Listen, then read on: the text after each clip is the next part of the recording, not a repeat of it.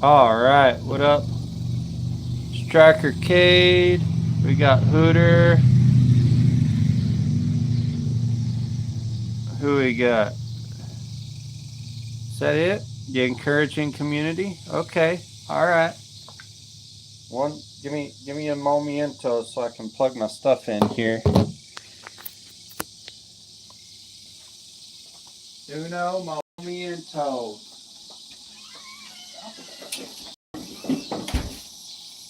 Why, hello, Justin. How can I help you, sir? Nothing. Are you out here to be a good boy? Yeah, you. You a good boy? Yeah. Hey, Jetson. What? Hold on. I want you to put that on there. I want you to do that.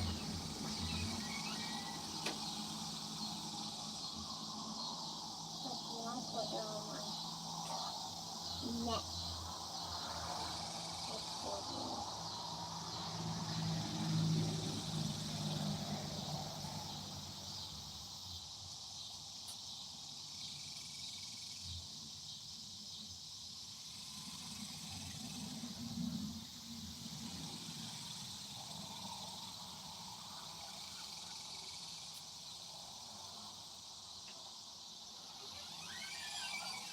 Go inside.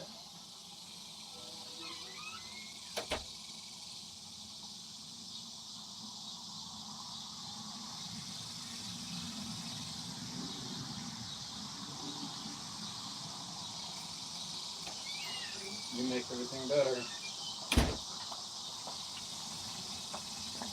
What is up, y'all? All right, so we got 5 folks up in here. Up in here inside Daryl Bear. All right, so I'm gonna do that so I can lean back. How y'all doing? It's been a little bit. Striker Cade, Lone Star, what's up, brother? It has been a hot minute. Palmetto, what's up, bro? It has been a hot minute. You know what? I'm here kind of for a purpose. Uh, there's been a consistent theme that I keep hitting consistently. So I figured I'd talk to you guys about it.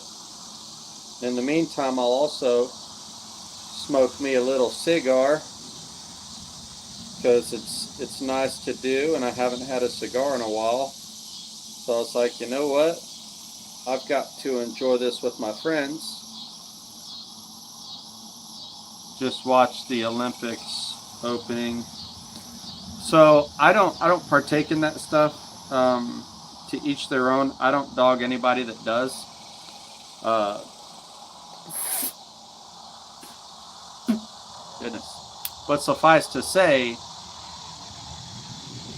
I just have no desire being a part of that world or indulging or even watching. Not to say that I don't appreciate the hard work that a lot of those individuals put into, their specific crafts, whether it be running or ice skating, skiing, or swimming or any other Olympic sport that there is. You know, yeah, like Palmetto just said, pagan's gonna pagan. I mean, yeah, there's a lot of legitimacy to that. It's true. But I did hear about, you know, well, it just keeps getting blatantly more and more evil. You know, so all the more, truthfully, we need simplicity. Truthfully, we need simplicity in the gospel. And that gospel is that Jesus, Yeshua, whatever, Yahushua, whatever name, whatever dialect you want to call, the messenger of Elohim, the Son, the Christ, the Son of the living God, whatever you want to call him by, is irrelevant. But what is relevant is the fact that he died, he was buried, he was resurrected. Is it getting more evil or is it getting bolder? Striker Cade, that's a good distinction. That's a good word too. I'd say it's both, really. Really, it's both. You know, is it getting darker on my screen for you guys? Because I see the contrast going in and out, or the ISO adjustment and all that. And I'd like to keep it consistent, but if I can't, I can't.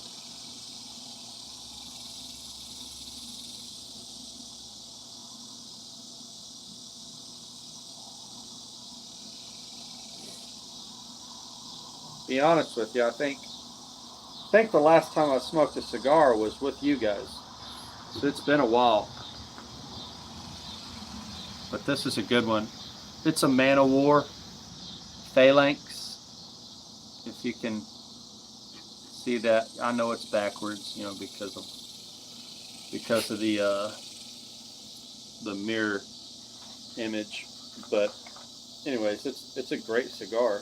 It's full bodied. It'll probably knock me out tonight. But yeah, back to the idea. It's like what this world needs is the simplicity of the gospel. Simplicity of the gospel. Been missing you, brother. I look forward to the day that I get to see you. You know, truthfully, miss you guys. Miss you and Texas Tea. With technology, it's definitely getting more attention. Evil has been the same evil. Well, yeah, I guess evil is the same evil, regardless. I guess something happened. A bunch of trannies did the Last Supper or whatever. I'll tell you straight up, and I don't mind telling you, they're an abomination. I am all about loving the sinner and hating the sin, but at a certain point, the Most High gives them over to what is called a reprobate mind, meaning evil is all they know, evil is all they desire, evil is all they want. They've been given over to their sin, where the Father's like, you can have it, you have made your choice. Almost to the point where they have gone to the point of no return. I believe that they have put their foot down. They have made their choice. They're done with it. At which point, they are an abomination to the Most High. If you choose homosexuality, it is unnatural. I don't care where you fall on that. It is unnatural. And this whole unbinary, I'm binary, non-binary nonsense. There are only two sexes, male and female. How is it that every freaking beast on this earth, whether dog, cat, chicken, you freaking name a duck, alligator, every animal, there's male and female. There is only two. Right. Yeah, that was the Torah portion. Phineas, man. He takes the freaking spear and runs through, what's it? Kaisa? What are their names? Anyways, the Midianite woman, or the Moabitess, the whore, who was brought to assimilate with the Hebrew people, so, and begin to, and this dude, he was a Sawson, what's up? So this dude, he was a prominent individual in the camps. He was not just nobody.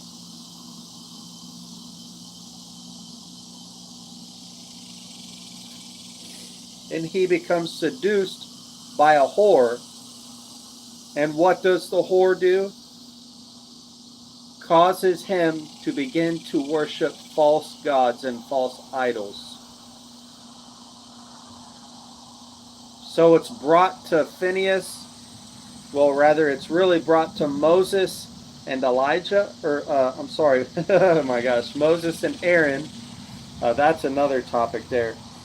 It's brought to their attention, and Phineas is filled with the zeal of the Most High and takes a spear and runs them through in their tent. Yeah. And the father's like, I like that. I'm all about it because you were zealous for my ways. You weren't pissed that they were fornicating. You were pissed that they were worshiping false idols and causing others to do so. So upon thrusting that spear, the curse over the Hebrew people had stopped. And furthermore, the Most High blessed Phineas and his lineage. So that's a pretty cool thing.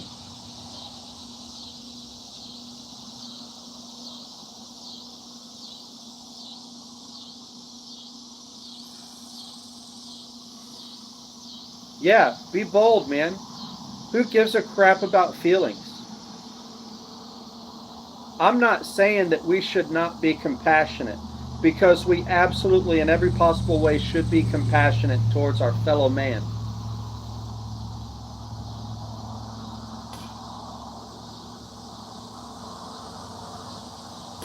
But if you're going as far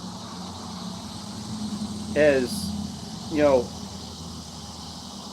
not just defiling yourself as an individual, but you're going as far as saying, "Oh, we're gonna take this to the children. We're coming after the children." You're as good as gone in my book, because it doesn't matter what level of damage that you're bringing to children. If you harm them in any way, or even cause them to believe something is unholy and unrighteous as homosexuality, yeah, that's a problem. Yeah, don't. Yeah, it's not coming in my house. And that's another thing, because we are on the cusp of something terrible happening. I heard someone say that there was a pale horse or a white horse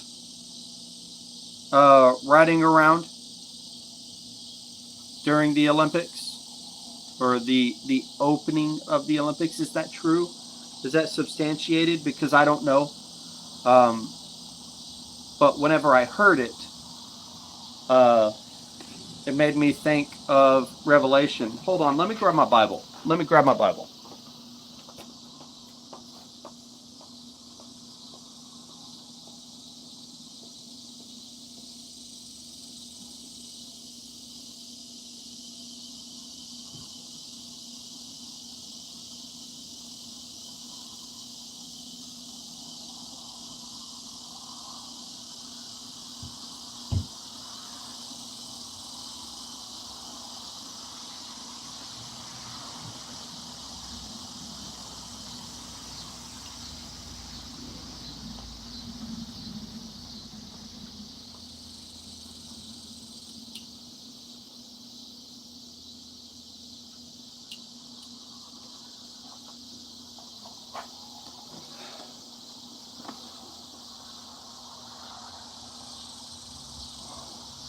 Joan of Arc. It made me go get that thing. Not watched any of it. Just seems, yeah, right. Shit pisses me off, man. I can only hear so much of it before I'm like, you know, gosh, the zeal of the Most High is a consuming rage of fire. And the body of believers needs to become on fire for the things about the Most High. See, the Bible says that the kingdom of heaven suffers violence, and the violent take it by force.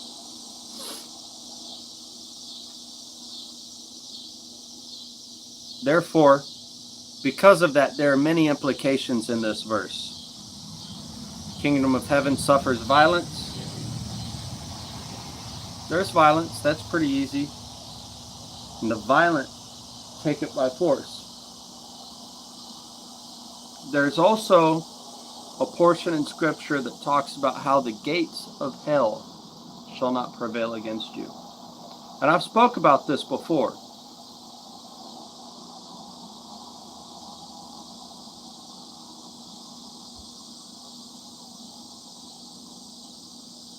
There we go. Spoke too much, let it go out. But the gates of hell will not prevail against you. Yeshua is talking to Peter. He said, "Blessed are you, son of Jonah, for flesh and blood did not reveal this unto you." Right? And then he continues on talking about how the belief, that faith, that very established faith of him being the Son of the living God, is the foundation or the rock upon which he will build his church. And he says that the gates, due to this faith, the gates of hell will not prevail against you. So the gates implies a defensive posture. Preparatory MT, what up, brother?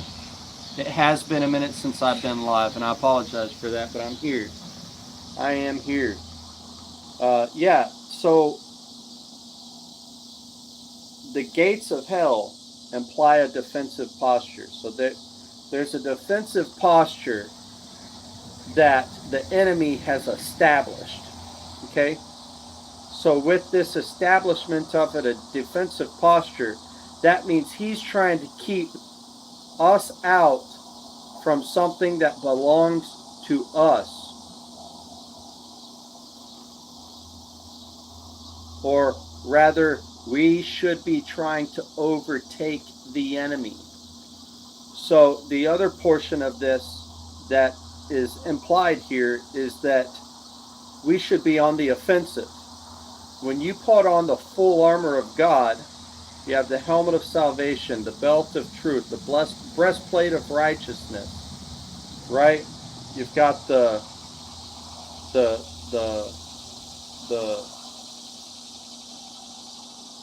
gosh, I'm blanking on all of them. It's Galatians, right? It's in Galatians. Go read it. But if you think about it, when you put on body armor, it's to protect you while you are advancing, never retreating. While you are advancing into battle, you are on the offensive posture. You're not defensive in any possible way. You are offensive. You are getting after it. But oh, just in case the enemy throws something your way, you've got something to protect you. And then you've got the weapon of the word. Is it Ephesians? I'm over here mixing. I've got the word right in front of me, and I ain't even reading it. Acts, Romans, 1st, 2nd, Corinthians, Galatians, Ephesians, Philippians, Colossians. What'd you say, Striker? 6:10.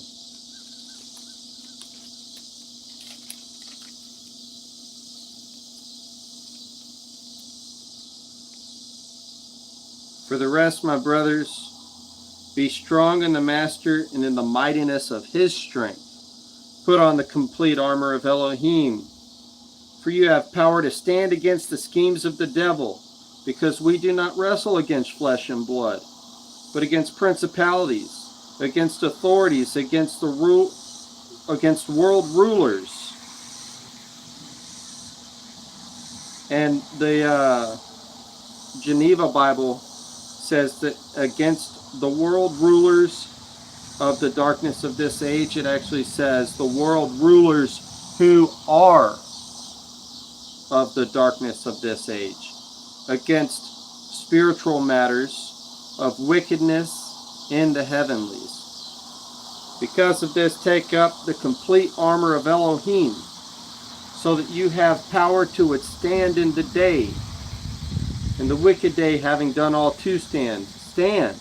Then having girded your waist with truth, put on the breastplate of righteousness, having fitted your feet with the preparation of the good news of peace. Above all, having taken up the shield of belief, with which you shall have power to quench the burning arrows of the wicked one. Think about a defensive posture.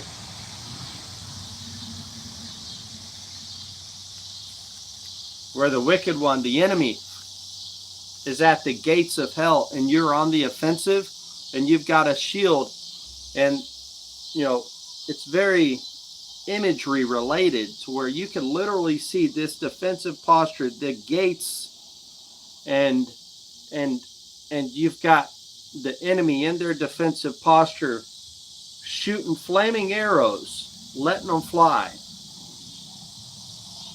right? Letting these arrows fly down, and all you have to do is put up the shield of belief, right?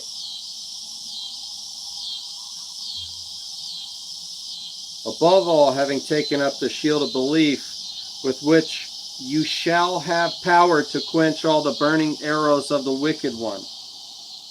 Take also the helmet of deliverance and the sword of the Spirit, which is the word of Elohim, the word of the Most High Living God.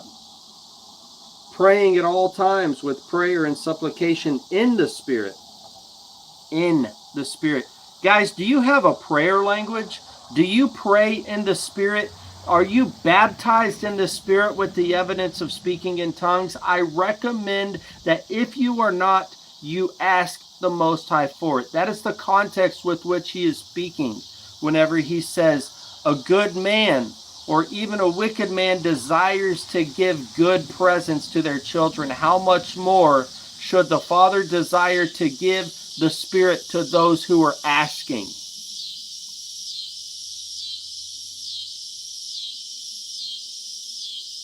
Literally found a snapped arrow in the backyard earlier. Right on. That's cool, man.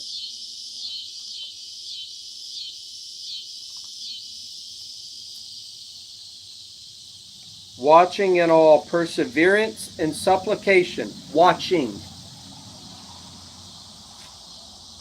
For all the set apart ones. Also for me, that a word might be given to me in the opening of my mouth, to be bold in making known the secret of the good news. The secret of the good news. Guess what, guys? Buckets and Bibles. What's up, brother? How you doing, man? Love you, bro. The secret of Elohim, the secret of the good news, it's alluded to in multiple locations throughout Scripture. But guess what? In Revelation, this is going to happen, okay? Where, let me find it.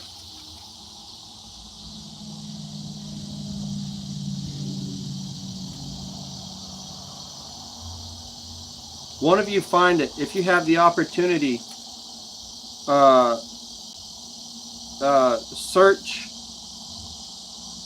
search the secret of Elohim for the book of Revelation, or the secret of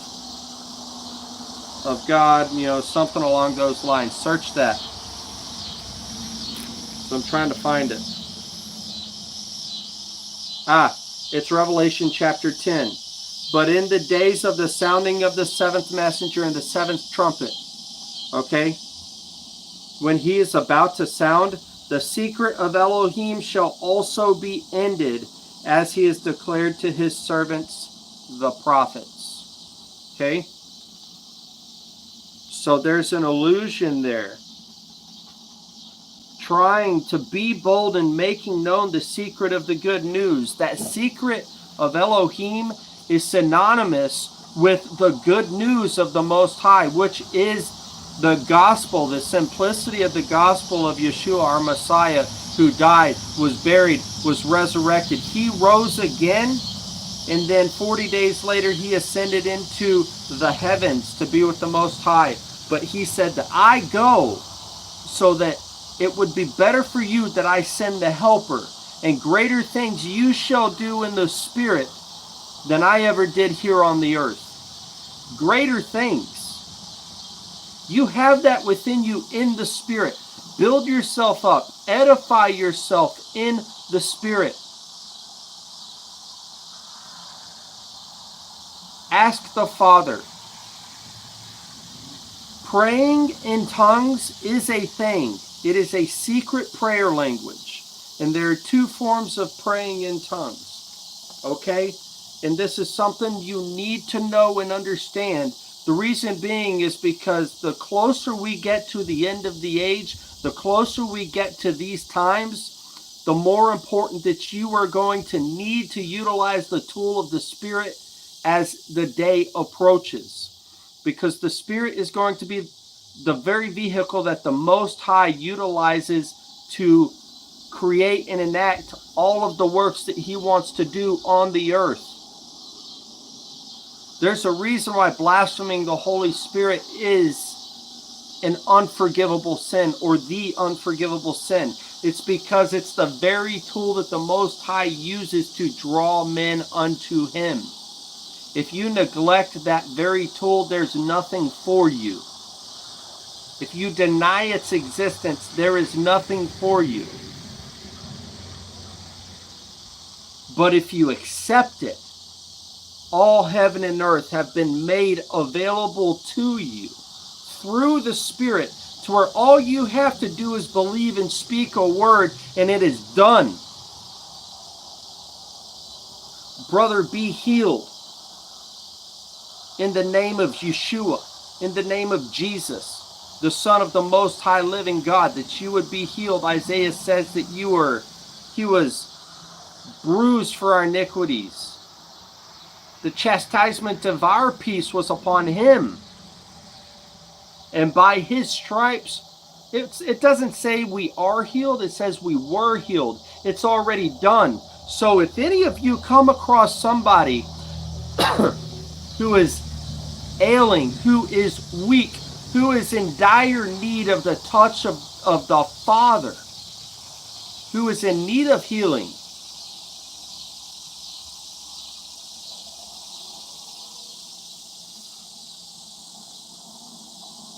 if you come across an individual who is in need of healing, and you sit there and pray, oh God, just whatever your will be, let it be.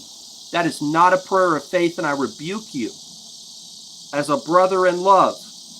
That is not a prayer of faith, because His Word gives us evidence and authority to state that His desire is for mankind to be whole.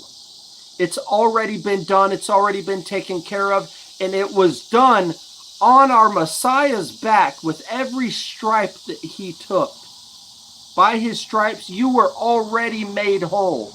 You were made well. Either you're going to accept it and live it and stand in that belief. It doesn't matter what a doctor says. It doesn't matter. What matters is the truth of the Most High living God living and dwelling inside of you, that regardless of what man says, His word is true. It doesn't matter if you all of a sudden get a stage 4 cancer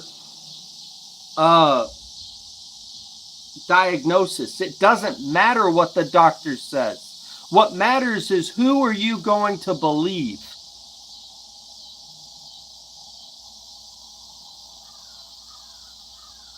Your will be done is a cop-out. Stand in belief.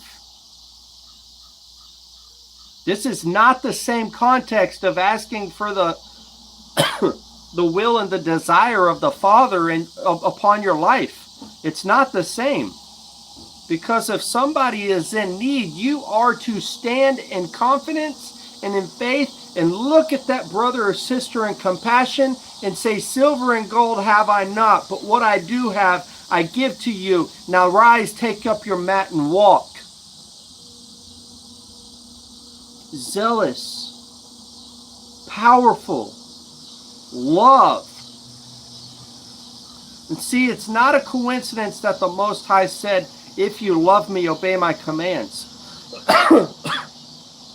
And Yeshua took it and he said, these are the commands that I have for you. They're the same from old, but all the Torah and the prophets hang on these. Love the Lord your God with all your heart, mind, body, and strength. And then the second is like it, love your neighbor as yourself. Love. What is love?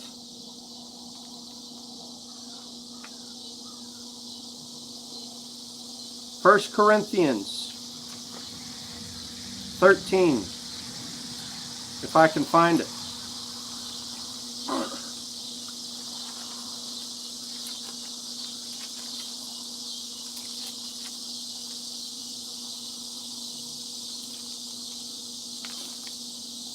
Love never fails. Let's see. If I give out all my possessions to feed the poor, and if I give my body to be burned, but do not have love, I am not profited at all.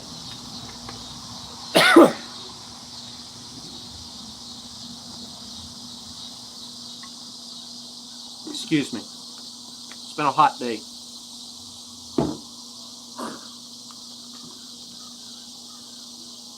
First Corinthians 13, verse 4, love is patient, is kind.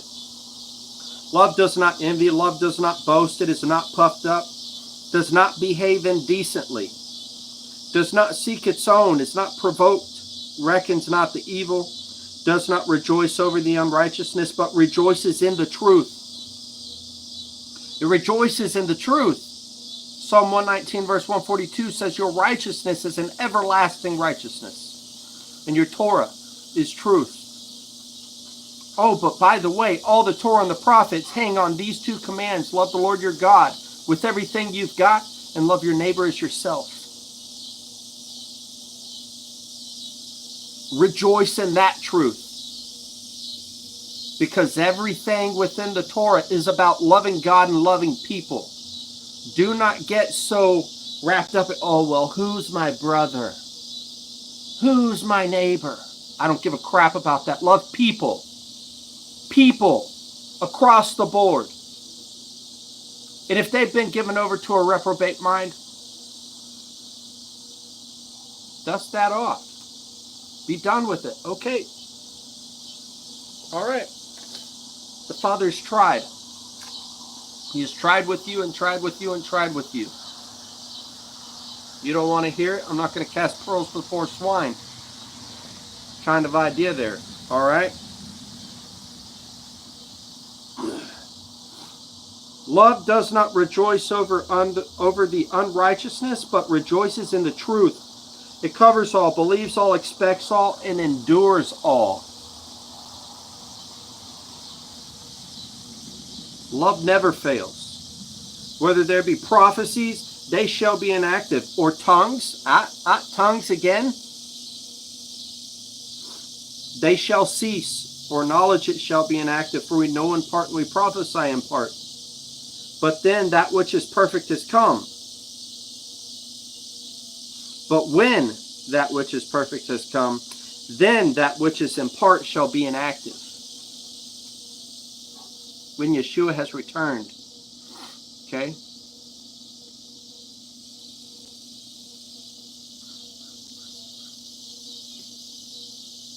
Belief, expectation, and love.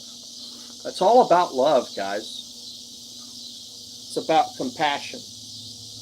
You can stand on the Father's word. Mark 11:23 and 24 says, you say to this mountain to move, therefore I tell you it will be moved. Again I say to you, whatever you say in faith, believing fully in your heart, that thing you will have. And that is not speaking, God, I want a new truck. Cadillac. I want that new 1-ton single rear axle Denali. Zadok.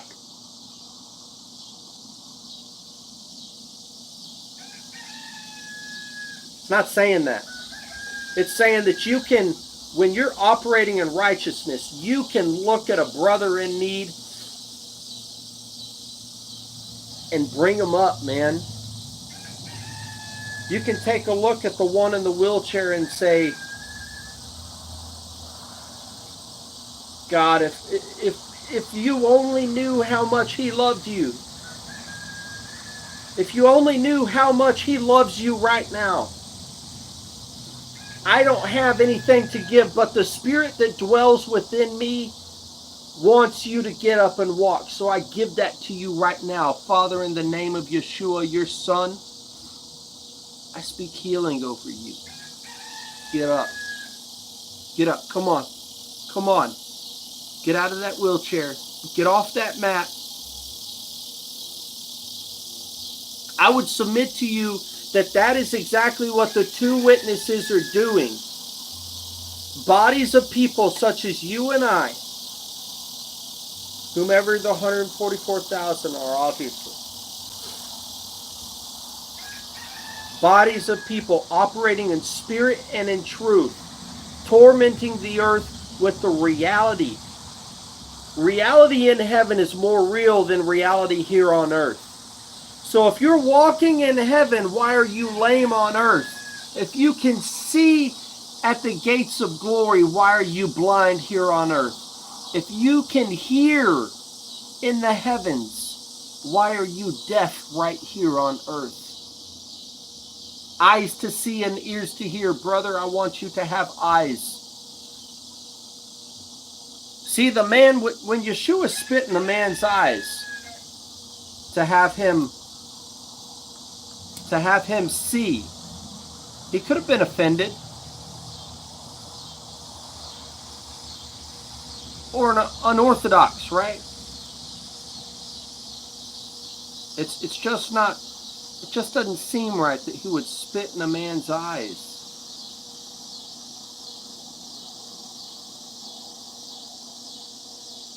I always hear something like that and it's like unconventional but effective. It's so true. He spit in the dude's eyes and all of a sudden he could see.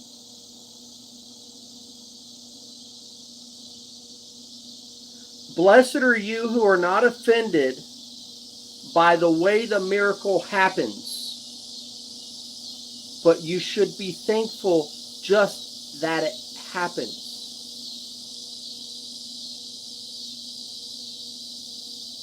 There was a woman that encountered Yeshua. Oh, it doesn't matter, man. He spit on his fingers, spit on his eyes, whatever, rubbed it. It's the same point. Put spit in his hands and rubs it on his eyes. It's unconventional for sure.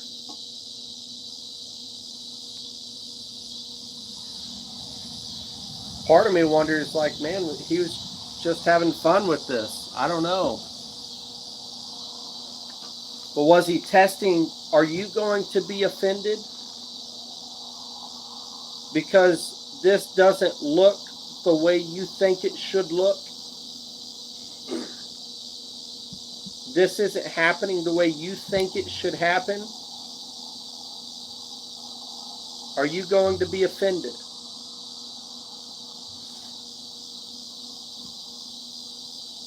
Somebody hit me with it. The portion where Yeshua, he argues with a woman and he calls her a dog. But he's testing her. Yeshua calls a woman a dog. Someone Google that. Where is that at? Where is that at, please?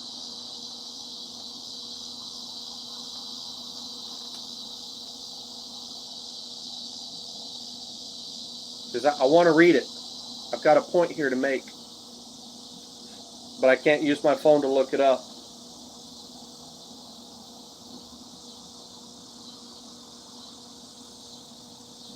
Yeshua calls a woman a dog.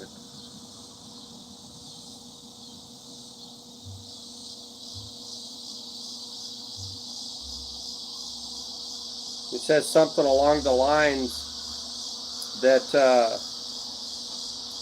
Mark 15, so much of the healing had to do with the faith of the individual, of the person being healed. Exactly. Is it Mark 15 or in Matthew?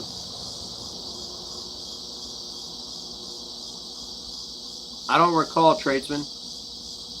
15:27. Matthew 15:27. All right, bear with me, because we're going there right now. Matthew 15. Let's go back. Verse 21. Yeshua went out from there and withdrew to the parts of Sor and Sidon. And see, a woman of Canaan came from those borders and cried out to him, saying, "Have compassion on me, O Master, son of David. My daughter is badly demon-possessed." But he did not answer her a word. And his taught ones came and asked him, saying, "Send her away, because she cries after us. She's diligent. She's desperate." And he answering said, "I was not sent except to the lost sheep of the house of Israel."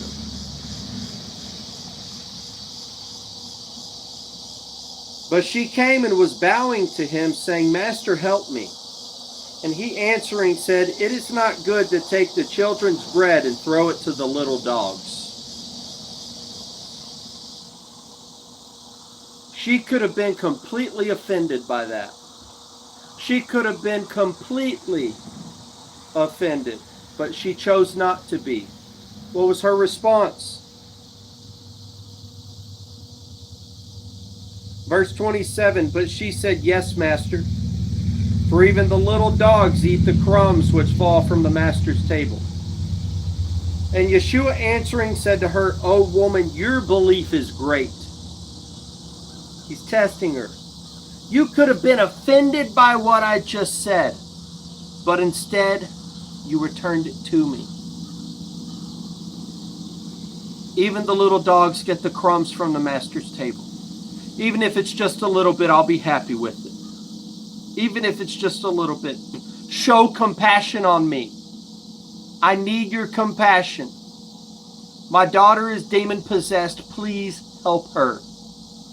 There's no one else. There's no one else to do this but you. You are the Master. You are the Son of living God. You are the Son of David. Are you not? Are you not the one? All the land has heard about you. Are you not the one? Oh, it's not good to give what was meant for the little children to the dogs. Yeah, but even the dogs get the crumbs. All I want is a little bit. She could have been offended. But instead, she held on to the belief that he is the Christ, the Son of the living God, that he was the one who truly had the authority over the demons possessing her daughter. And he responded with, "Your belief is great. Let it be so as you desire. Let it be to you as you desire." And her daughter was healed from that hour. Within the hour that she made that statement, oh, but even the dogs get the crumbs from the master's table. Recognizing exactly who he is, recognizing the pure authority of the Messiah right in front of her. I understand that you came for them. I understand. But can I not have the crumbs? Can I just have a little bit? You have dominion over the earth.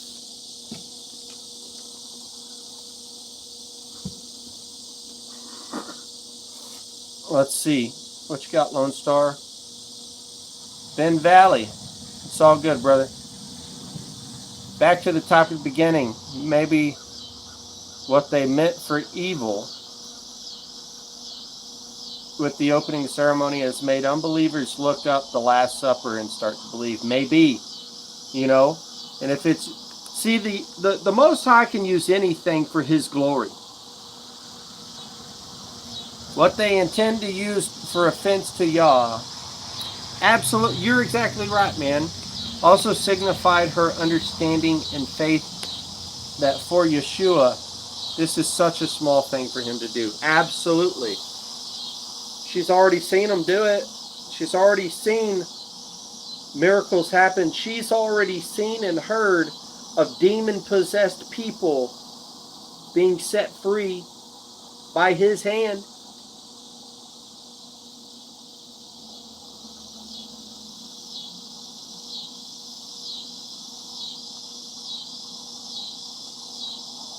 She's already seen it. He can do that for them. Why can't He do that for me? Purely optimistic, full of faith. The substance, this hope. She had hope. She put her hope in Him.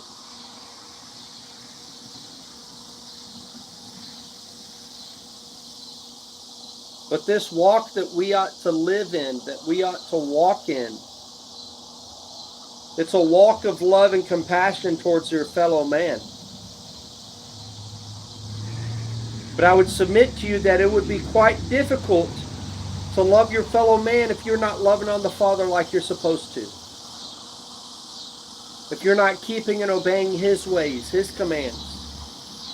Not worshiping after false idols, but seeking first His kingdom and His righteousness.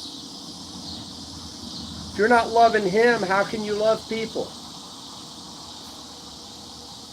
That's why we're seeing it more common. Tares of the field before the separation of the wheat and the chaff. It's happening, guys. We're on the cusp of it. I would not be surprised that by October, there's a financial collapse. I wouldn't be surprised. I'm not going to sit here and tell you that like, it's absolutely going to happen. But it's one heck of a possibility. It's true. It's real. It's very real.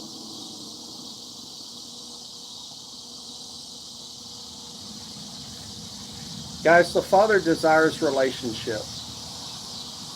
You want to talk about demon possession? These things come out only by fasting and prayer. And I'll stand here before you and tell you that I don't fast enough. It's been a minute since I've fasted, truthfully. I've been more focused on health and nutrition lately. I'm trying to cut out sugar. Trying hard. Cutting out a lot of carbs and other nonsense. Not like whole starches and fruits and stuff like that, but like processed sugars. It's addictive. It's the most addictive drug mankind has ever seen. But with that said, I'm trying to cut that out. But if you want to grow,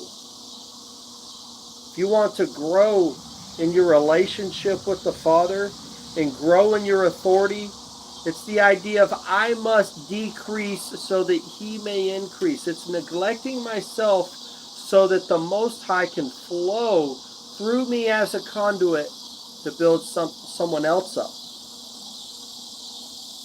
Freely if I have received, so freely I give.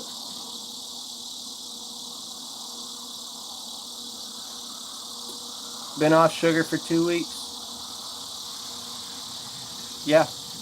Good job, bro. It's hard. So I'm 2 weeks back in it. 2 weeks back into the gym, trying to get the muscles back and all that, all the things. Getting there. Working on losing this. It's there. It's definitely there. But I'm losing it. And my good brother, Buckets and Bibles, I don't know if he's still in the chat or not, but Buckets and Bibles, we're going to the gym every morning. We meet at the gym. I wake up at 4 o'clock, leave the house by 4:30, at the gym by 4:55, and we're on the treadmill at 5 every morning, getting our warm-up going. Tomorrow's back day. Tomorrow begins week 3. So we're doing it. We're getting after it. We're doing the thing. Shalom, Patty. How you doing? Put a few more buckets up. That's good. That's good. Hey, by the way, Patty, I've got that capacitor for the freezer. I'm going to stop by the house sometime this week and get that freezer up and going. See if it works to get that freezer back running again. But anyways, just figured I'd let you know. Tomorrow makes day 90, Lone Star. You're a beast, bro. Hoping to be down 50 pounds Wednesday. It will be close. Dude, send me a picture of you, man. I want to see your progress. That's awesome. I'm so proud of you. Good job, Lone Star. Get it. Get after it. That's freaking awesome.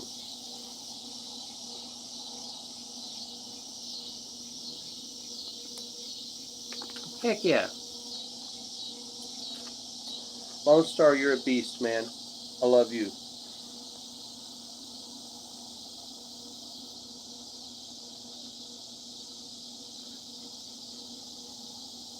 Guys, it's time to step up the game.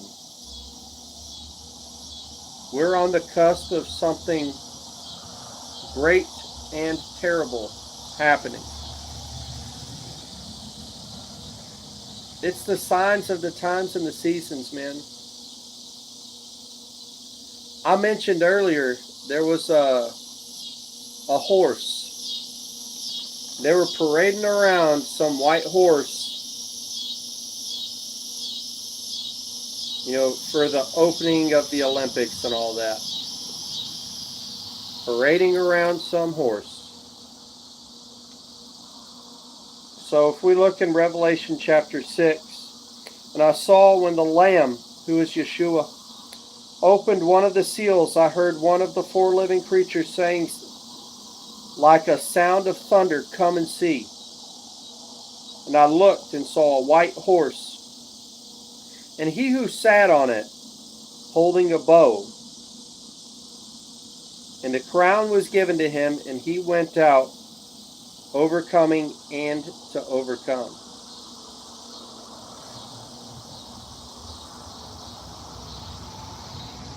Conquering just to conquer.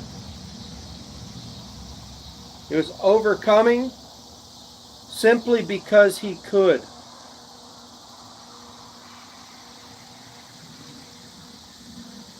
It's interesting. I think that first seal has been broken.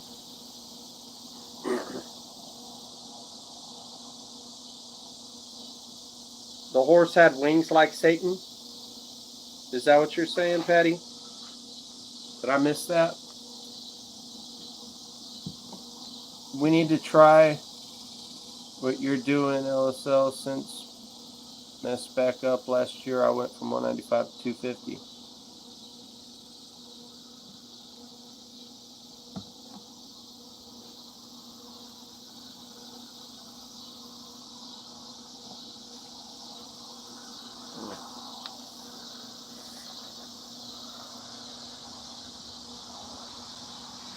Yeah, so I don't believe it's an accident. Because the next one that comes, the second seal, I heard the second living creature saying, "Come and see." And another horse, fiery red, went out, and it was given to the one who sat on it, to take peace from the earth, that they should slay one another. And a great sword was given to him. Take peace from the earth, that they should rise up against one another and slay one another. The Olympics white horse had wings and a creature that looked like death. Of course it did. Of course it did. Ben, I want to say this to encourage you. It may sound aggressive, but I want you to understand the reality. I had a brother a couple weeks ago say, "Oh, well, it's just not easy for me to come into the gym at, 5 o'clock in the morning. It's just not easy for me." I wanted to stop him and slap him in the face and be like, "You think it's easy for me? Do you think it's easy? I don't know a single person who just wakes up at 4 o'clock in the morning like, oh yeah, this is great."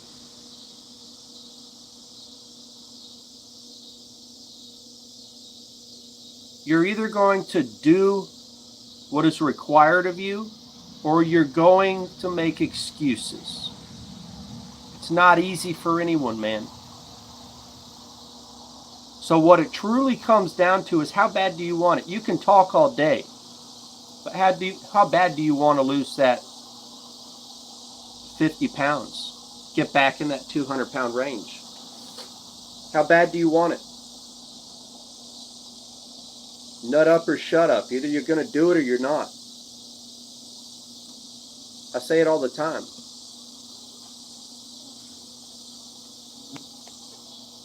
He never loved it, and it never got easier to do it, even in good shape.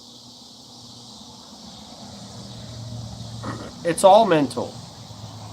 Maybe the horses symbolizes how they do what they do. Fiery red,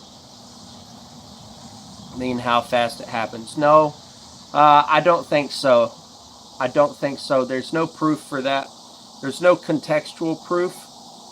But what's interesting, though, is when you take a look at the horses and you take a look at all of the flags that are surrounding Israel, every one of the colors are white, red, green, and black. Every one of them. Syria, Saudi Arabia, Iran, Turkey, you name it, Palestine, all of those flags are white, green, red, black.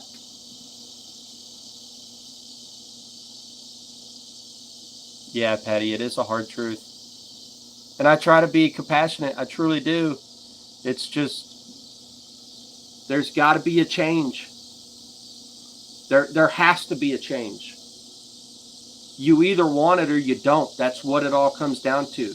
If you want to quit smoking cigarettes, you either want it or you don't. Stop making excuses for yourself. I'm not saying any of you guys are. I'm just saying people make too many excuses. That's why I've always been a firm believer in cold turkey. You either want it or you don't. You just have to nut up and shut up and deal with the consequences of your actions. Your actions being, well, I smoked cigarettes for 16 years. Okay, cool. Right? Quit. You're just going to have to deal with the withdrawals, and begin to take care of yourself so that you're no longer dealing with those withdrawals.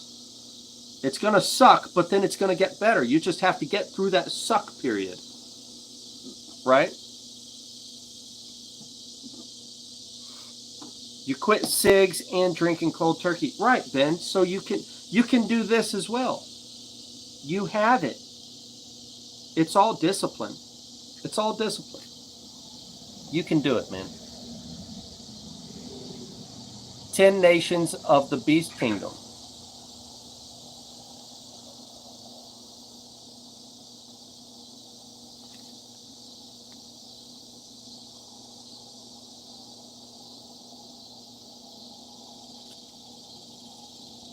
Hey, that's a good word, Lone Star. Dry bags, fill them with sand.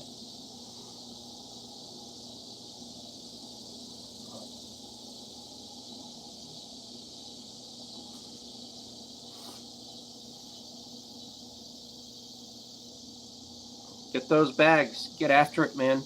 Hey, that's also functional strength. If you can build yourself a block that's like, just a 1 foot block, 1 foot by 1 foot by 1 foot. Maybe do the base of it 16 inches so that it won't topple on you or anything like that. Throw one of those sandbags on, 100-pound sandbags. Just do stair steps. Just do stair steps, man. Or throw that bag on you and do squats up and down. You'd be surprised what that'll do for you. But suffice to say, it'll tear you up.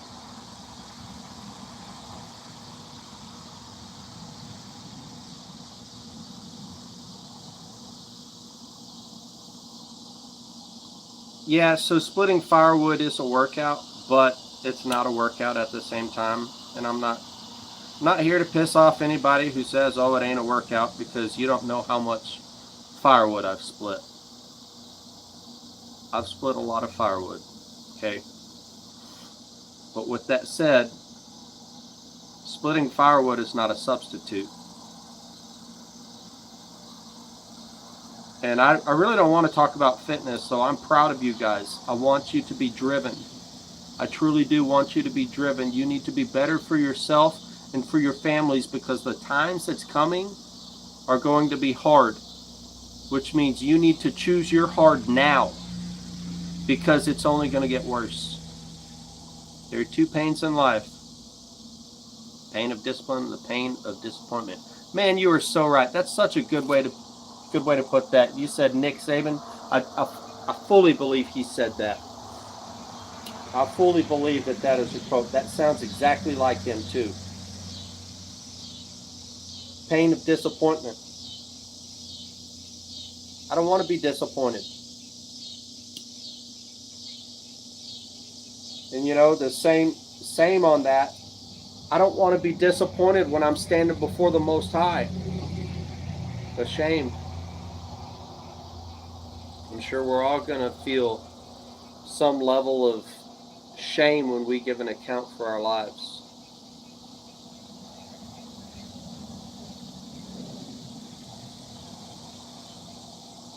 But at the end of it all, I definitely want to hear those words, well done, my good and faithful servant, enter into the kingdom that I have prepared for you. I truly want to hear those words. I want to be a blessing to my Father in heaven.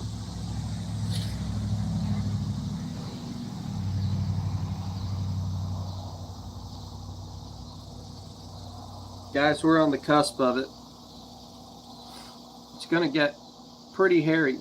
And when we see that black horse, and you also got to think, it's not that one horse does what it does and then that stops, and then the next horse does what it does and then that stops.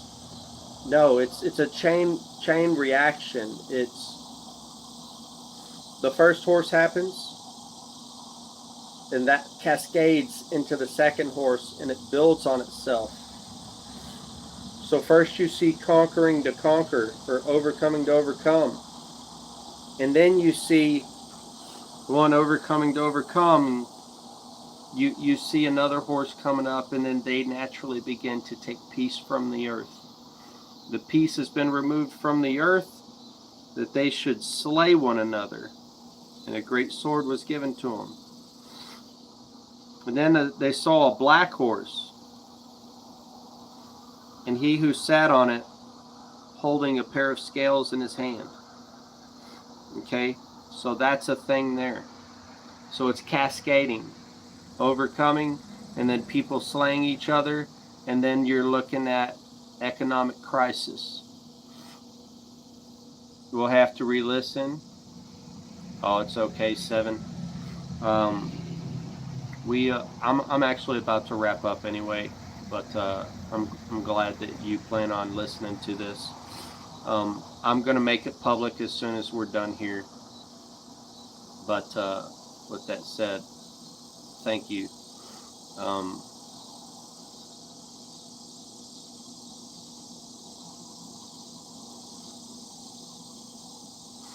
It's going to get good. It's going to get hairy. It's well, I say it's going to get good. It's going to be bad. And hopefully you're all doing your due diligence. You are you're building yourself up, edifying yourself in the spirit, building your spirit man. But you've also got preparations. Food and water is paramount, guys. If you don't have it, you need to get it. I think the time's running out on this one. And when the economic collapse happens, I don't know when, I just feel it within me with everything that I've been tracking on a financial level. The foundation of the financial industry worldwide is changing. It's changing.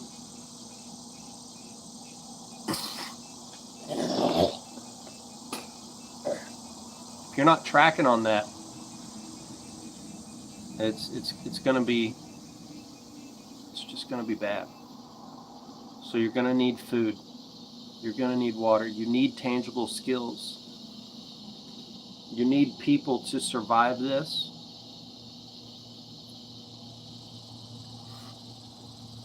You need people to lean on, whom you truly know, like, and trust. But above all else, stand firm in the faith. You truly, firmly believe that Jesus is the one and only begotten Son of the Most High living God, that He died, He was buried, He was resurrected. He took on all of our sins. Joshua 1:5. Strong word, man. Let's read that.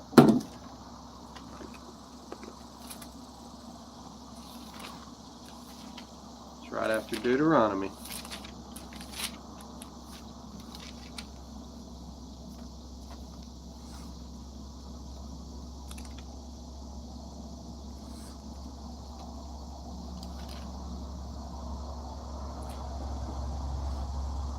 No man is going to stand before you all the days of your life.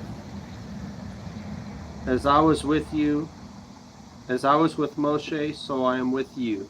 I do not fail you, nor forsake you. That's a good word. Guys, the Father does not fail you. He does not forsake you. He cannot and will not.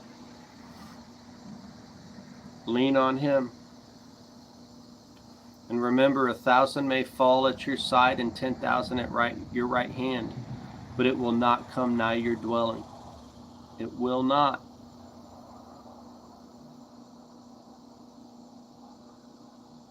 He desires to gather us together, to care for us, to protect us in the times of evil. He will. You've got to prepare yourself for it. Guys, I'm going to let you go. It's getting dark out here. Father, I just ask that you keep your hand on every one of these people. We love you. We thank you for guiding us into your truth and your word. Father, I ask for your divine protection and your divine provision over every one of these people. Help us. Help us in all our ways, Father, to stand in faith and in boldness and compassion and love, that we might show fruit of our belief and our love and our desire to please you, Father.